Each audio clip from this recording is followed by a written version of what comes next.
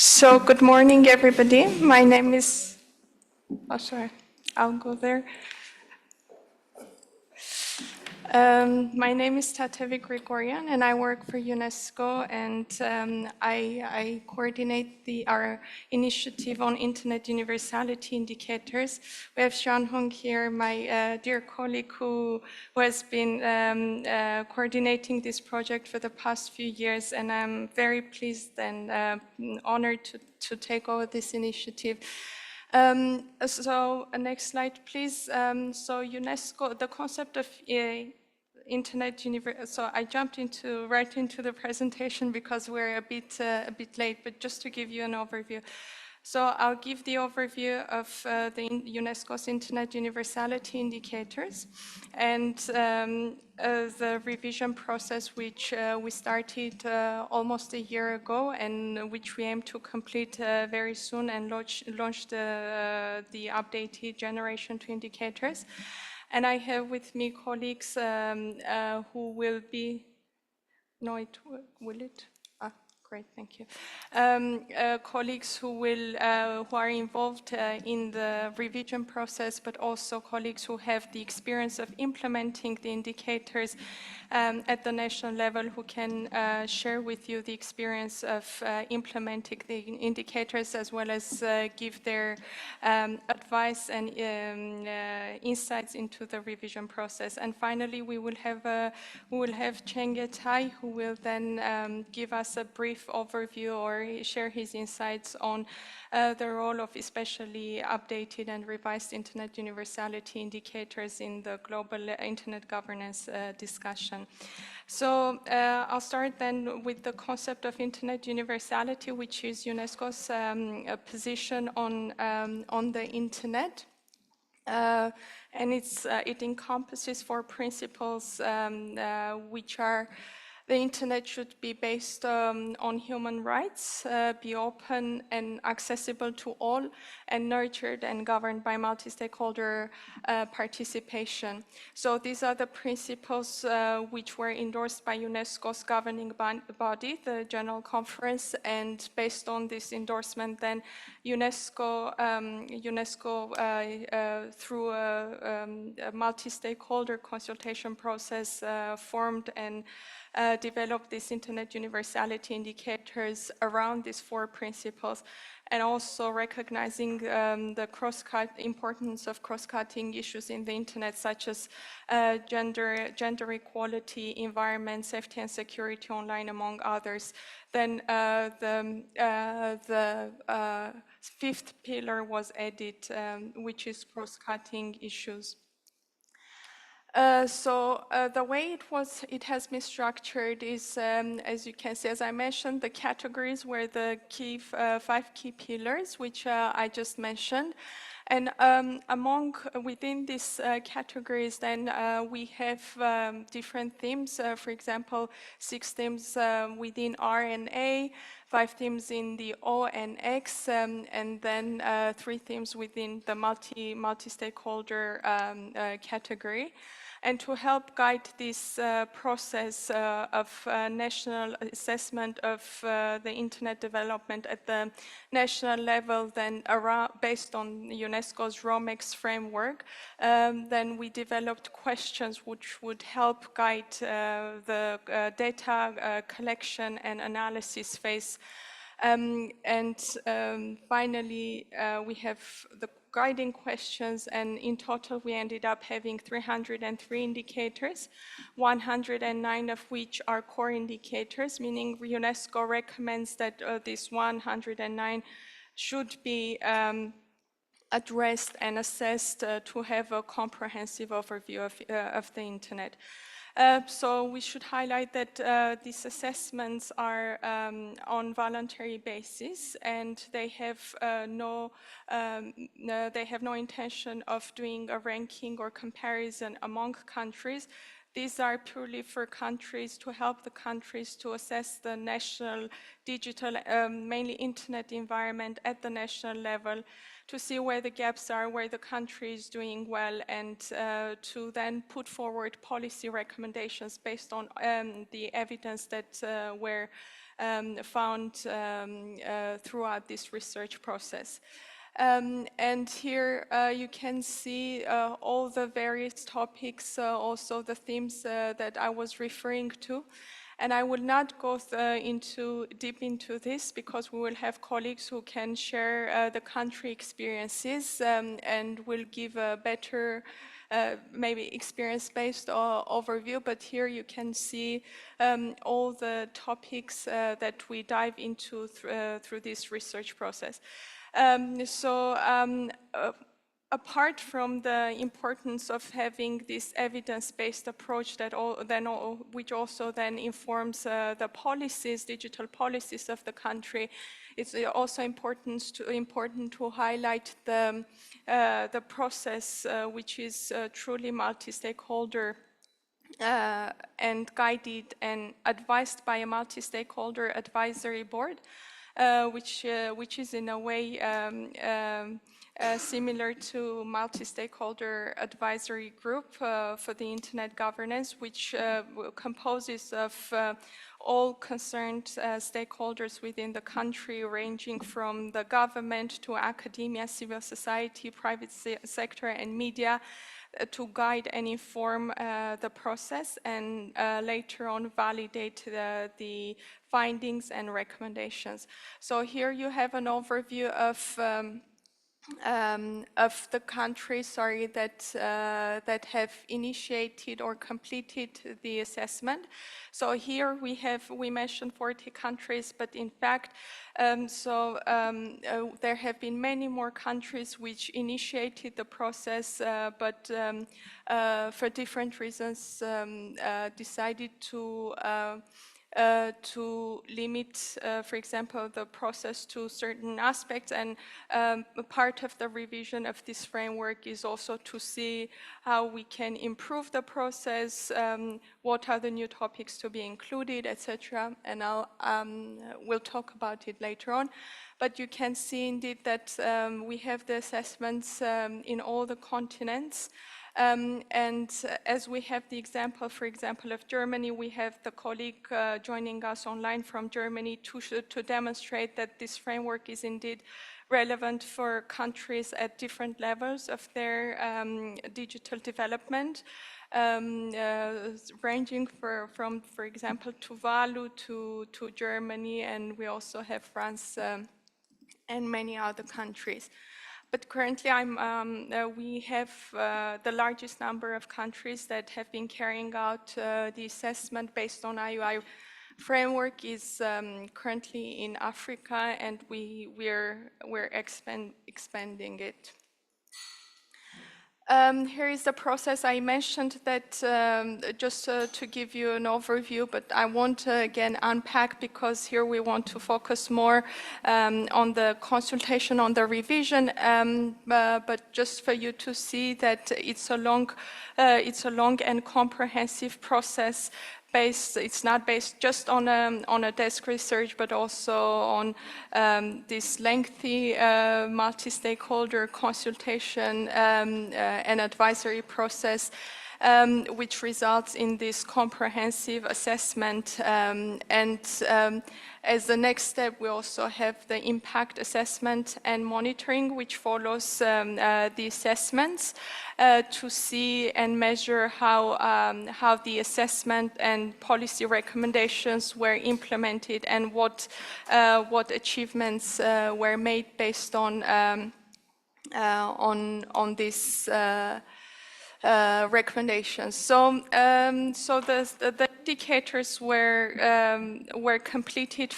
The framework was launched over 5 years ago. And as we acknowledged, the fast-evolving digital environment, it was envisaged already in the framework that 5 years later, 5 years into the implementation of the framework, there will be a revision process to have an overview of where it's working well, where it could be improved, to also incorporate the topics, the emerging topics, considering how fast the digital environment is growing. So this was the aim of starting the revision process, which we launched a year ago, and we started with consultations, firstly, an analysis and consultations with the researchers and different stakeholders who have implemented the revision, the IUI in their respective countries, and to inform us how to move forward with the implementation.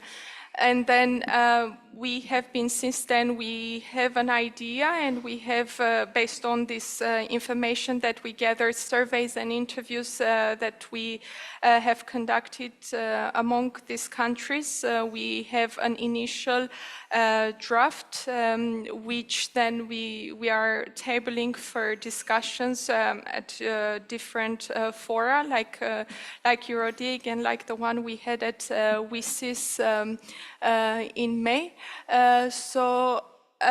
Here are the main steps or main milestones of the revision process beyond last year, beyond the work that we have already carried out. So the desk research has been carried out, and as I mentioned, we have an initial draft of the Generation 2 IUI, and we have then this consultation process, and we also have an advisory board, steering committee, which is composed of esteemed colleagues, experts, lead experts in the field, who then advise and guide the process. I mentioned the interviews and also qualitative approach and quantitative approach. And here where we had some, these are the conclusions that we derived, like which also addresses, which addressed the advantages and some gaps in the implementation process, what could be improved. A lot of many raised the concern of, for example, unavailability of certain data, which then also led and informed the current draft that we have. Here is the list of the experts who have generously devoted their time to advise and guide the process in their capacity of members of steering committee. And of course, we have many other friends of IUI and UNESCO who share their feedback and input, which we're really grateful for. So I should here highlight especially our long-standing partner and supporter, CETIC from Brazil, and we have a colleague from there who is CETIC and NICBR, so from Brazil, who closely supported the revision process and led the revision process together with UNESCO. It's 5 a.m. in Brazil, so we don't have the colleague who works specifically and leads this aspect of the work, but we have a representative. But so we're truly grateful to our CETIC, which is also a Category 2 institute for UNESCO, which supported not only this initiative, but many UNESCO initiatives. So here you can see the names. And I think without further ado, I should then hand over to Anjet Esternhuisen, sorry Anjet if I butchered your last name, who will then carry on with the second part of the presentation and will present to you which are the new themes and aspects are in the revised draft, and we will seek your input and advice on those aspects. Anjet? She's joining us Thanks online. very much. Thanks, Tatevik. Can you hear me? I'm We afraid my can. camera isn't working, so I cannot switch it on. Okay, so can you see the presentation? I can see it. I can see it very Great. clearly. I'll change it for you. Thank you. Um, Thanks very much, everyone, and thanks for coming to this session. I think I just want to highlight two things that I think is really important to note about the indicators. And Tadevik, sorry if I missed this and I got the time change wrong, but it's very important to note that the indicators were developed in such a way that they can add value to a process of gathering evidence and analysis in a country that has any level of internet universality. So it's not designed to rank countries, absolutely not. It's designed to be a multi-stakeholder evidence gathering, analysis, and learning process within that country. We do not score, we do not rank countries, and it's also designed to work in a country, as you'll hear later, such as Germany, but it's also being applied in small island developing states. So it's very unique in that. And I think the one thing that we've really always stress is that it's not trying to create alternative data sets.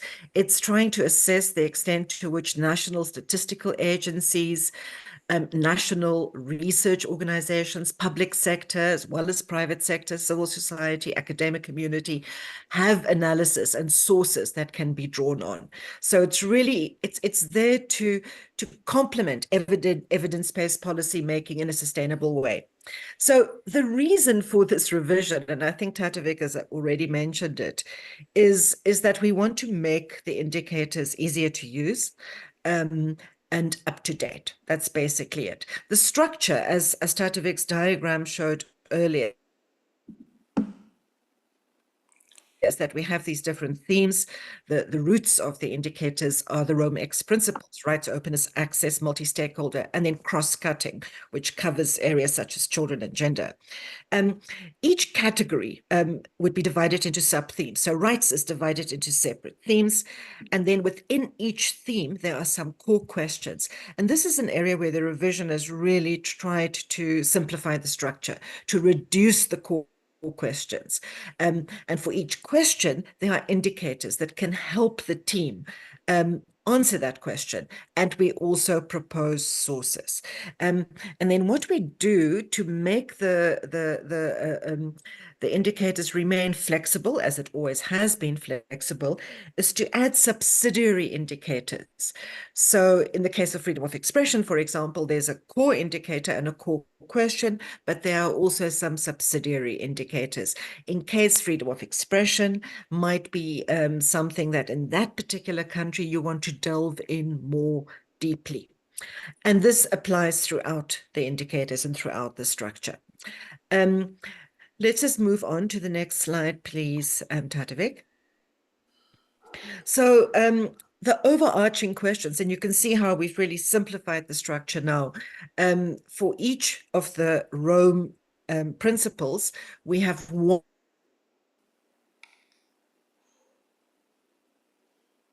one key question. So I'll just focus on internet environment open for all to develop online services and content, and what steps should be taken to improve this. Tatevik, I'm getting a message that my connection is unstable. Can you still hear me clearly? Yes, we can. We lost Good. you for a few seconds, but yes. So, I won't go through all of them, but so we've really narrowed it down to these four key questions. Let's move on to the next slide. And here you will now see how we go then into more depth. So digital strategies, for example, this is, it's under one of the sub-themes, and it's helping us to assess whether, I think digital strategies covers the overall policy environment and implementation environment in a country. So, for example, the core question here is, does the national strategy for digital development address economic, social, and cultural aspects of digital rights. Then we have one core indicator there, which is evidence that economic, social, and cultural rights are included in the national digital strategy or national policy documents concerned with digital development. And then we have subsidiary questions. So, and then supplementary questions, that would be if digital strategy and digital economic policy is really a priority for the team doing assessment in a particular country, they can then go into the further questions. So question 2, question 3 provides more depth. So I think this is, just to pause on this is the principle of the revision. We're making it easier for teams to navigate the framework instead of having to just choose between the 300 plus indicators. We've created more of a hierarchical approach where you start at a fairly high general level, and then if you choose to, you can go and delve into data gathering and assessment in more depth. So let's just move on to the next slide, please. Thanks a lot, Tadevik. So one of the areas that we've added as in the cross-cutting area as a priority, which we feel we did not address sufficiently in the 2017-2018 development process, would be environmental issues. So there we've now got a new overarching questions. Are the environmental impacts of digital development monitored and addressed in the policies of government and business models?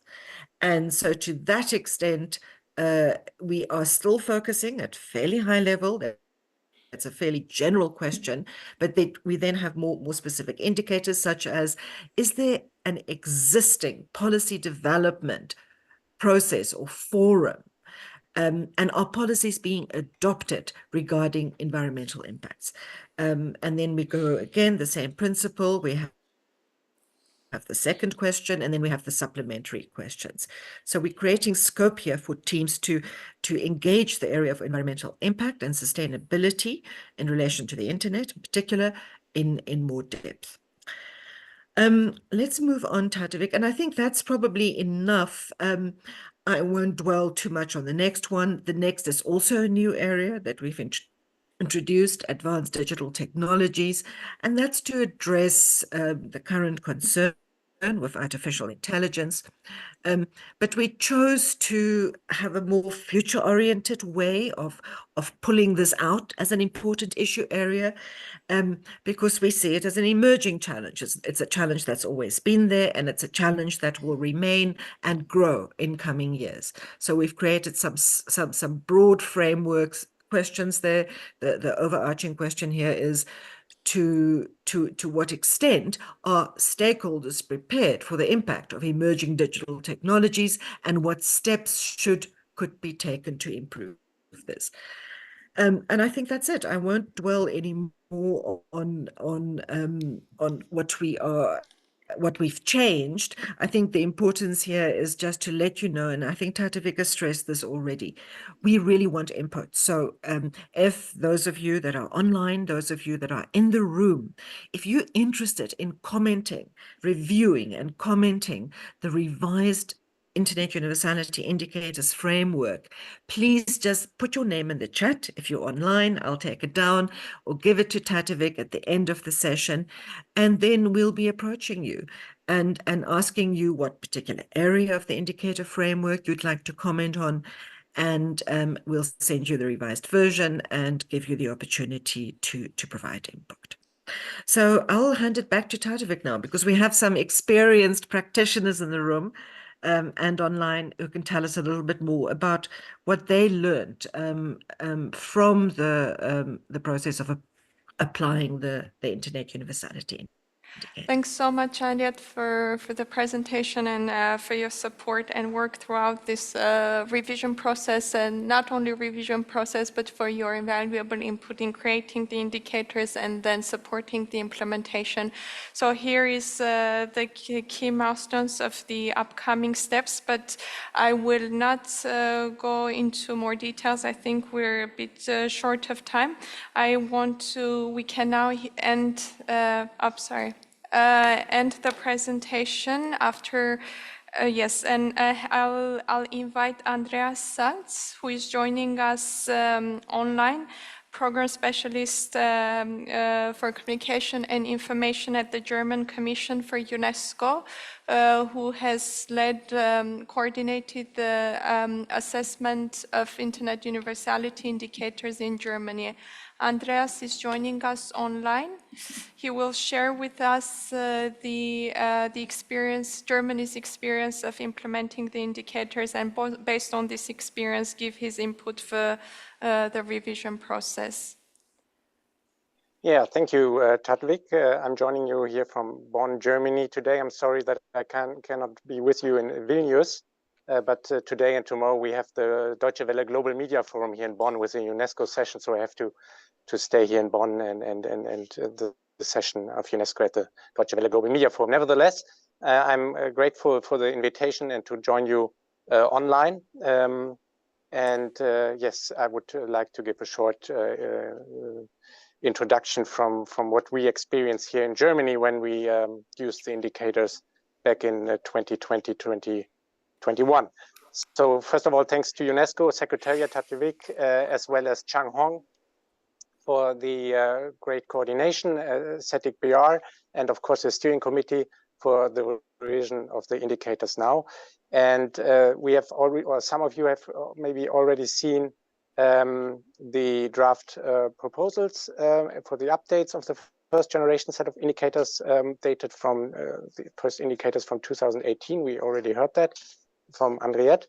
And it's good that these indicators are updated to today's realities by addressing contemporary challenges such as environmental sustainability, we heard that, emerging technologies such as artificial intelligence, and stakeholder concerns, for example, in regard to children on the internet. Yeah, and I was asked to reflect briefly on our experience here in Germany when we implemented the indicators. We did that over a period of about 12 months. And we had a multidisciplinary team of 10 people from the Leibniz Institute for Media Research, Hans Bredow Institute in Hamburg, headed by Professor Wolfgang Schulz and Professor Matthias Kettemann. They collected data over a period of 6 months and compiled a report of around 260 pages. Only the 109 core indicators and the 21 contextual indicators were used due to financial and time limitations. The process was supported by the project panel consisting of 15 experts from academia, civil society, the media sector, government, and the business sector. Bringing a diverse group of people together in the core research team of 10 people, as well as in the project panel with its 15 members, was one key for success. We were able to benefit from different perspectives and professional background, and that guaranteed for a real multi-stakeholder process and project. The results and recommendations for action were discussed and presented in different fora on a national and international level, as well as online on a dedicated website, which was set up to make the findings accessible in an easy way. I would like to conclude by emphasizing the need for an increased feasibility of the application of the indicators by rather fewer indicators, but the important right ones. It would help to introduce a numbering system of the indicators for the purpose of referencing the individual indicators more easily. Opportunities for follow-up in countries where the indicators have already been applied should be considered. Overall, the Internet indicators are a success for the countries that use them, and we thank UNESCO again for making the indicators fit for the future.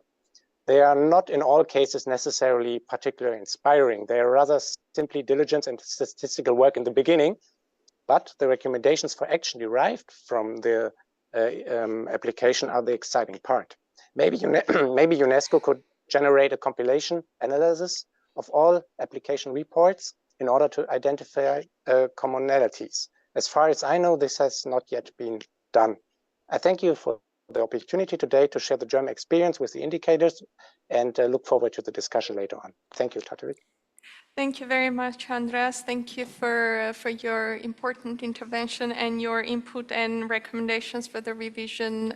Very well noted and taken aboard as we move forward with the process. And thank you for your continued support throughout this process as well, and to IUI in general. Next, I would like to invite Everton Rodriguez, expert advisor at and ICBR to share the experience briefly of the Brazil experience and also share his input and recommendations for the revision process. Over to you. Thank you. Thank you very much, Tatevic, and good morning all. I'm Everton Rodrigues from NIC.br. Before we start, I just would like to thank UNESCO for convening this meeting, this very important discussion, as well as thank the Secretariat of EuroDIG for making this meeting here in Vilnius. It's a wonderful city. I'm so glad to be here. So, I'm Everton Teles Rodrigues from NIC.br, and I'll be presenting an overview here about one of the activities performed by NIC.br, funded by .br domain names, and specifically talking about the implementation of the ROMEX framework and the advancement of this agenda. I just would like to give you a brief overview. I'll start saying that back in 2005, CETIC-BR was created. It's the Regional Center for Studies on the Development of Information Society. And we are approaching now its 20th birthday. So back in 2005, the Brazilian Multi-Stakeholder Internet Steering Committee, CGI.br, lacked sufficient data sufficient and reliable data to support digital inclusion debates in the country, and to discuss, and also lacked data to discuss where and how the internet should be improved. And as we are more than 200 million people living in Brazil, we can say that we are almost a universe in ourselves. So, and to address the internet challenges and opportunities in Brazil, CGI.br has been requesting NIC.br to monitor different aspects of the internet usage in Brazil, including in households, companies, schools, healthcare facilities, for example, and government institutions. And those are just to mention a few examples of what CETIC.br has been investigating. So today, NIC.br through CETIC.br conducts 10 surveys periodically. Many of them are done yearly. And they provide reliable data for public policy designs and implementation. And as a Category 2 UNESCO center, we also cooperate with Black and Portuguese-speaking countries in Africa to develop better and internationally comparable indicators. So it's important just to highlight that not only the demand for surveys by CGI.br rely on a multi-stakeholder model, but also we have expert group meetings which provide methodological support for data collection, and that allows experts from various stakeholders to collaborate on enhancing the methodology. This is one of the great works that we do with experts from many areas in CETIC.br. And they collaborate to enhance the methodology, the definition of indicators, and the data analysis itself. So this ensures that the results are not only up to date, but also that they address the current and the current concerns and the policy needs that we have in Brazil. Some of those studies, just to mention one example, are conducted through in-person contacts in remote areas of Brazil. So imagine someone has to go to the Amazon River Basin, and that data should be statistically reliable and comparable with, let's say, São Paulo, a city with 12 million people living in it. Therefore, all data must be harmonized in such a way that public policies are able to utilize it meaningfully and for the benefit of all Brazilians. This is one of the reasons why it's so important to talk about the UNESCO IUIs, not only for the Brazilian scenario, but also for advancing the indicators towards the most up-to-date landscape of internet usage globally. And this is why we have been working in close collaboration with UNESCO since the inception of IUIs. Brazil was the first country to launch the IUIs assessment back in 2019. And the implementation of the Brazilian IUI assessment was key to identify the main data gaps in the country, and also to inform concrete to inform CGI.br and NIC.br strategies to improve multi-stakeholder engagement in the country. Among those strategies, to improve participation of youth and vulnerable populations in the national IGF, and we can also mention the development of capacity building initiatives on internet governance. So, 5 years from the launch of the first IUI report, I believe there is an opportunity for the revised version of the framework, just to reinforce the relevance of building multi-stakeholder engagement in the process of data collection, and aligned with new emerging topics that are now critical for the development of the internet, such as artificial intelligence, environmental issues, and providing meaningful connectivity to all. Just to conclude, I would like to say that publishing and working with peers is not the final goal that we have with our work in Brazil. The work carried by CETIC.br feeds back into the internet governance community in Brazil, and that enables different stakeholders to conduct their own analysis. Our data is available to the public for free. It's available on our website. So I would like to invite you to visit our website, and that just to close, those analyses are enable studies and other collaborations with public policy practitioners at local, regional, and national level. So that's already happening in Brazil. This concludes my overview. I would like to keep talking to you, but thank you very much for the opportunity. Tatevik, back to you. Thank you. So much, Everton, for sharing this experience. And again, thanks so much to Nick and CETIC.br. Now I'd like to invite Chengetai Masango, the head of IGF Secretariat, to share his input into the revision process, if you had a chance to have a look, and in general to share with us his thoughts on IUI's general role in the global discussion in internet governance. Over to you. Thank you. Thank you very much, Tatevik, sorry.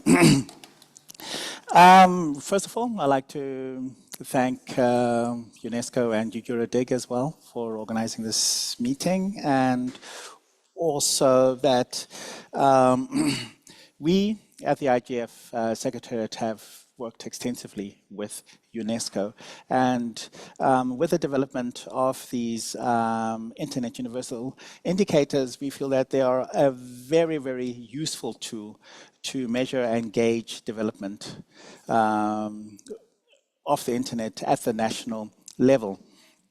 And one of the key things that we think that is very important is that they were developed through a multi-stakeholder process. So it's not just a top-down process of UNESCO or governments telling people what they should measure and what is useful to them, but from the very beginning it was a multi-stakeholder process. So all stakeholders from all the stakeholder groups were involved in it, and also it is also a open comment process. So all throughout, if people have suggestions or that they would like to see change or adapted, they were always willing to listen and to adapt these indicators form. Also, these indicators as well have been used extensively by the national and regional initiatives. We have over 170 national and regional initiatives, and you've seen by some of the testimonials and reports from the various groups who've come before me how useful they are. We've heard from Henriette as well, and the way she was describing how they were developed, and also how they are remaining to stay relevant by the revision process, which we feel that is also very, very important. The Internet Universality framework is very dynamic and adaptable to the changing digital landscape, and of course it's going to be building on this revision process. And looking forward, as you know, there is the GDC that is upcoming, and we hope that these indicators are going to be used in the GDC follow-up process as well to gauge, because it is very important that you do measure where you are and where you've been, and that can also help to tell you where you should go and what you should change, especially for policy makers. And the other thing that I just want to mention, which also has been mentioned before, is that these indicators are not just for developing countries. You can be used for developed countries and everything in between as well. Least developed countries, SIDS as well, have been using them. I think I think it's Vanuatu, right? Vanuatu is adapting them, etc. So that is also very good, that they are very flexible and very adaptable to the local conditions. With that, I think I have finished my comments, and we hope to continue to work with them, and I think they are very useful, and we will see how it goes, especially with the GDC and the WSIS Plus 20 negotiations. I'm sure they're going to be a part of the follow-up process as well. Thank you. Thank you so much, Chengetai, especially also for highlighting IUI indicators framework's role in the follow-up for GDC, as well as indeed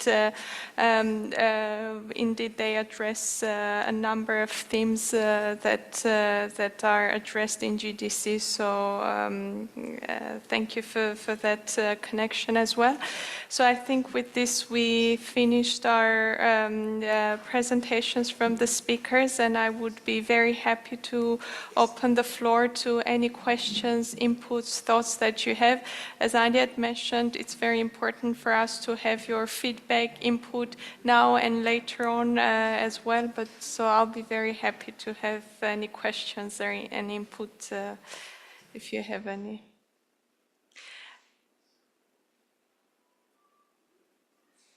Yes, please.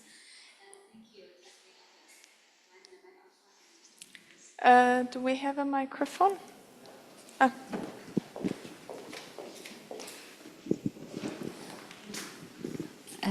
Thank you, Tatwik.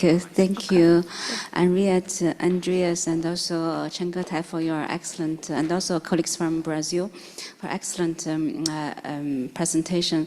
So I heard that in Henriette's presentation that you're also going to draw some inputs from the GDC, the principles, norms, etc. I wonder, could you elaborate a bit more that how we can really connect UNESCO initiative of this IUI revision process with the, a parallel process of GDC. I believe the two should be really mutually beneficial, mutually informing. And also, I wonder that after the revision of indicators, do you also consider any improvement of the implementation process at national level?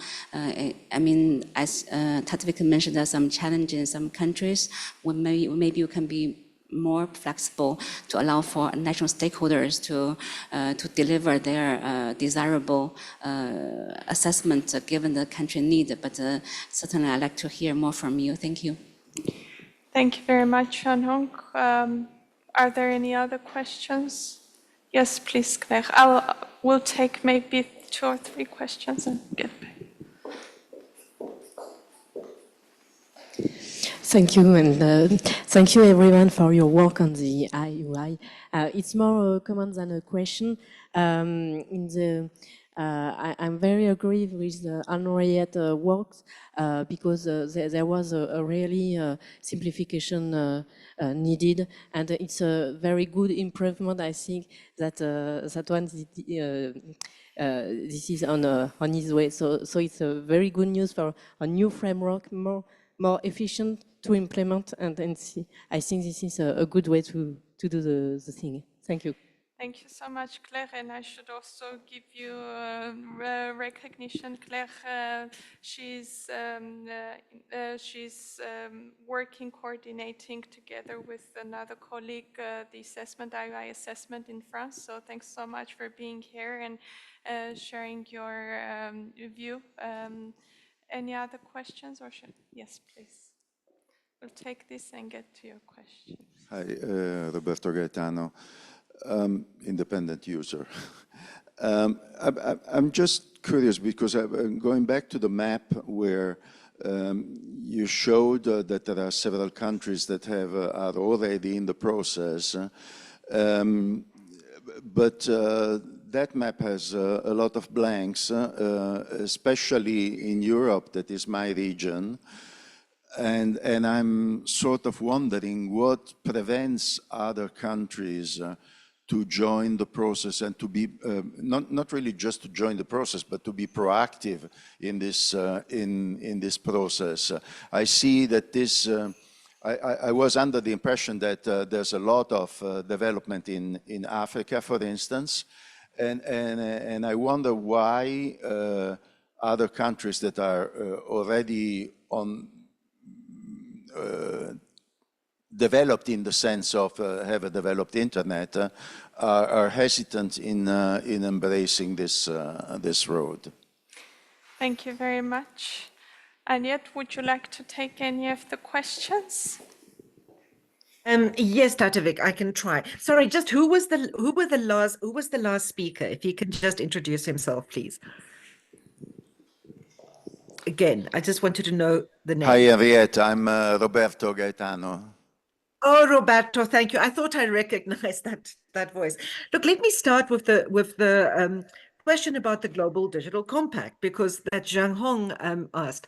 I think that we certainly took that into account with the revision, but the Global Digital Compact is still an unknown entity. In fact, if you looked at the latest draft, it's already quite different from the first draft, which was quite different from the zero draft. So we don't know yet what will come out of it. But what we felt, and we looked at this very closely, is that there is a strong overlap between the Rome principles and the GDC principles. So we think it actually would be very valuable for the GDC to look at the IUIs, not just the other way around. And I think that any process of GDC implementation is likely to get very valuable data from an IUI assessment process and vice versa.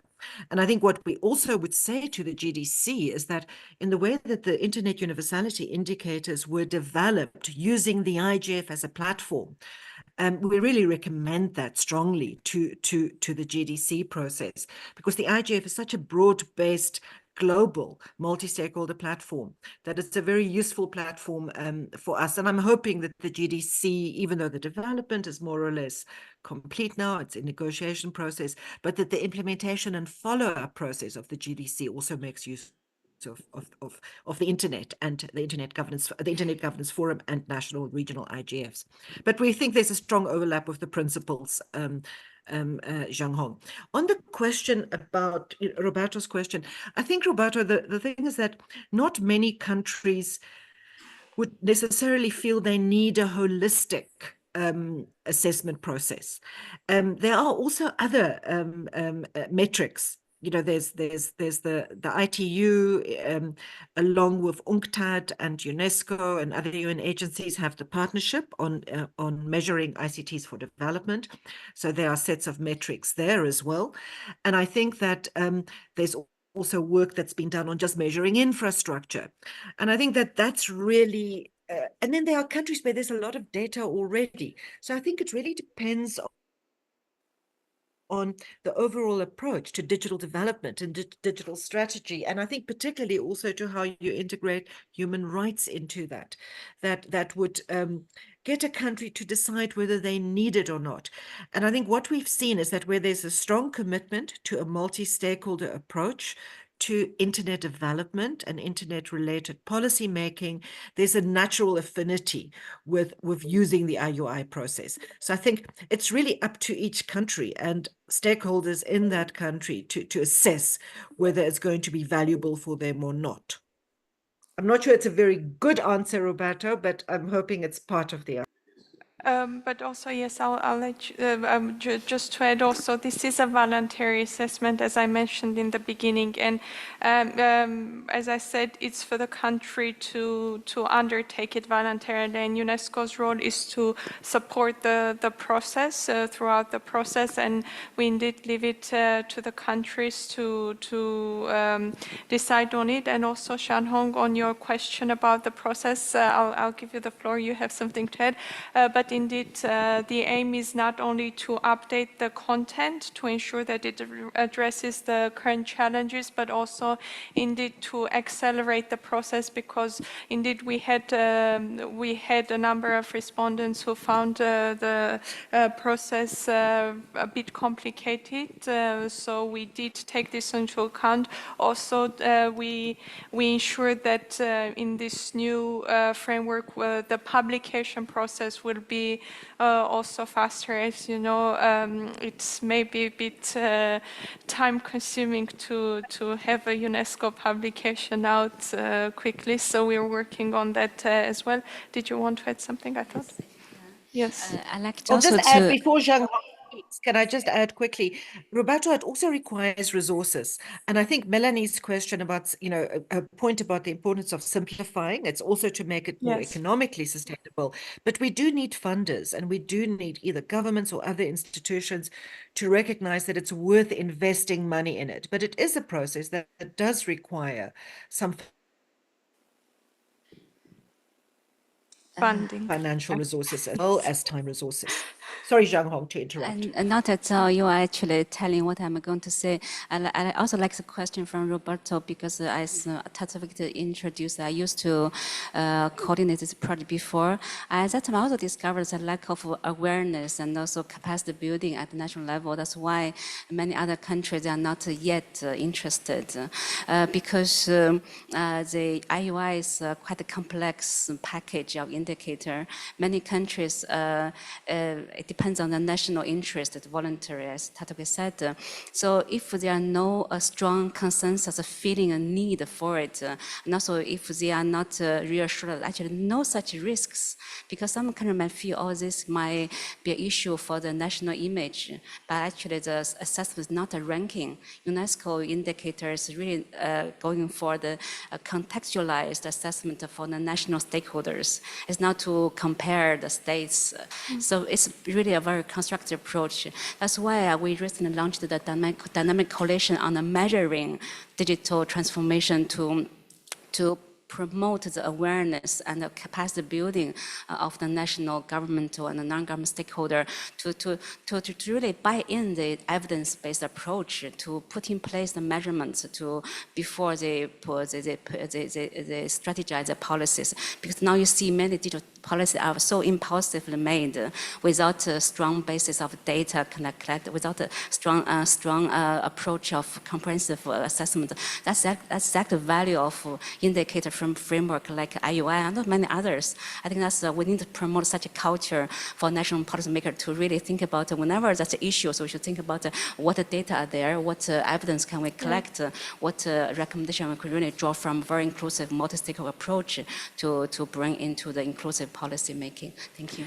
Thanks very much also for mentioning the awareness. In fact, every time we have a session at one of these dialogues and forums, we have quite impressive number of requests and interest, expression of interest to learn more about IUI and to implement IUI in their countries. Indeed, the awareness also is something that needs to be raised further.